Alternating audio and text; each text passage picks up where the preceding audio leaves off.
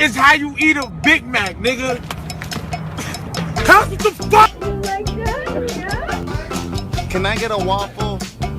Can I please get a waffle? I love fast food. I mean, who doesn't? It's fast, it tastes good, and it's cheap. Now, I know it's not the healthiest option, but I'ma eat it.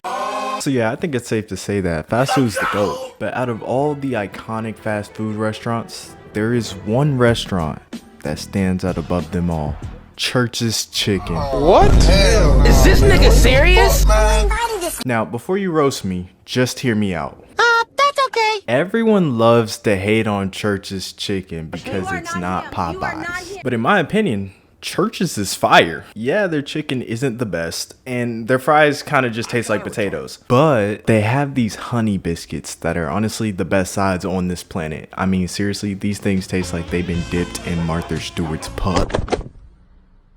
Yeah, so as I was saying, the good thing about these biscuits is that they won't kill you. Unlike some other people's biscuits, but more on those later. Right now, I have to talk about Arby's. Now, we all know Arby's is the worst fast food restaurant. I mean, their food combinations are horrible. I don't know what they're cooking back there, but literally all their sandwiches look like a combination of spare ingredients and leftovers. I've never even tried their food because their ads just make it sound so disgusting. All their ads are just clips of their struggle sandwiches while this random black guy tries to seduce you with the details of every single ingredient. And because of this man's ASMR food play, you just end up feeling really horny, uncomfortable. It makes you really uncomfortable. But besides that, their advertising is almost perfect. Everybody and their mama knows Arby's beats my meat. The only issue is the food. Like, nobody wants to eat a well done creamy olive mushroom blue cheeseburger with ranch and coleslaw. This shit look nasty as fuck. Arby's, we have the beef. Like, real talk, how is this place still open? I know everyone jokes saying they're Breaking Bad, but at this point I really hope they are, and there aren't people that actually eat this. But I think the worst part about all of this is the audacity to charge $10 for this deli meat orgy they call a sandwich. Like, everybody knows $10 is a lot of money when it comes to fast food. Well, everyone except that broke nigga that's always asking for wings even though he's not paying for nothing. But still, pricing is everything. I mean, look at Little Caesars. They pieces taste like cardboard covered in that glue that has the hot cow lady on it, but nobody's complaining because it's $5. You pay for what you get, and pricing is something the big three get right. And I can't talk about fast food without talking about the big three: McDonald's, Chick-fil-A, and Burger King. Now, aside from being some of the biggest fast food restaurants in the world, all of these places are known for something. McDonald's has that strong ass Sprite and the ice cream machine never works. Chick-fil-A colonized fried chicken, and Burger King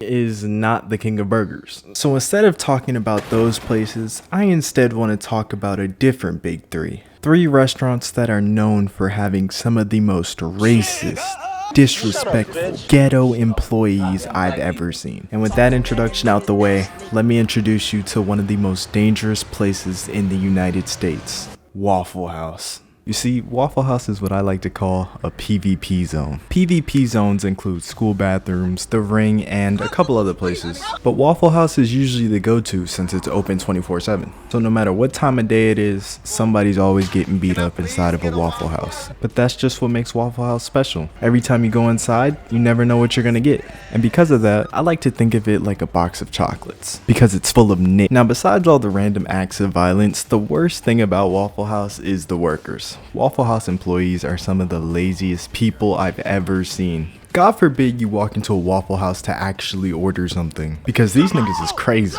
They will real life fight you if you ask them to do something. And I think the only place I've seen workers get that pissed off because they have to do their jobs is Popeyes. And we've all seen the RDC video. And if you haven't, What are you doing? You need to come on. if you don't know, Popeyes employees are the polar opposites of Chick-fil-A's. They don't care about how your food tasted or how your experience was, because if you have an experience at Popeyes, it's not a good one. Popeyes employees live by one of the longest standing rules in human history. And if you fuck around, you gon' find out. I swear, if you do the slightest thing to annoy them, you gon' end up getting jumped by the entire team. And when I say annoy them, I'm not talking about doing some lame YouTube prank. It could literally be something simple like asking for extra sauce. Excuse me, can I get extra?